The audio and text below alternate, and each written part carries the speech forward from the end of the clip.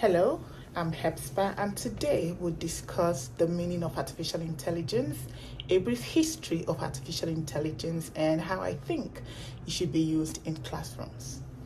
Artificial intelligence is simply the ability of computers and machines to simulate or mimic human intelligence.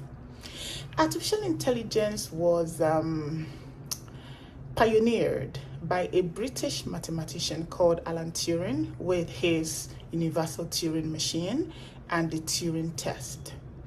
In 1947, he proposed that machines could think when their instructions are altered, and that became the foundation of machine learning.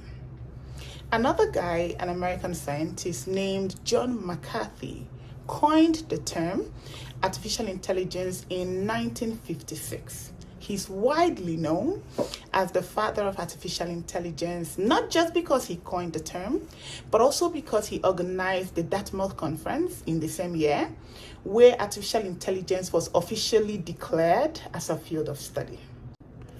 Okay, so how do I think that generative AI should be used in classrooms? Generative AI, like we have already discussed, is simply a type of AI that can generate new content. Rather than simply ask students to write an essay, for example, about the vacation they enjoyed the most, right? You know that they would simply go to ChatGPT or Microsoft Copilot or Google's Gemini or Anthropic's Cloud and then generate something and just submit it without actually reflecting deeply and thinking about the vacation they experienced and enjoyed the most. So what you could do as a teacher is become more innovative, all right? Ask them to generate it using generative AI, like those I've already mentioned, and then critique the AI, right? So when they do that, you'd see that they would, first of all, generate this content from AI and then tell you where the loopholes are. So they're doing the work themselves and they're being original by comparing what this machine has now given them to what they would or what they have now generated originally. And then they're able to draw a contrast and actually decide if the machine's work is as good as their original work, and then you will be grading the criticism of both works rather than just one sheet of paper. I know that this is extra work for teachers, but it is fun, trust me. So I think that rather than discourage students from using Gen AI, we could actually have them critique it a lot and then see that, it's great, but it's not as great as what they could do originally on their own. Therefore, they should collaborate with AI, right?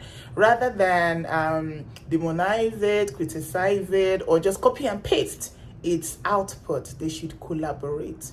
The same thing applies to working class people in companies or at different places of work, right? Rather than simply copy and paste what Gen AI has given you, you might want to use Gen AI as a strategic partner on your projects at work. Do not copy and paste. Think alongside it, critique what it's giving you, criticize it, edit it, correct it, and then you would have an amazing final output. All right, thank you for watching my video and see you in my next video. Bye.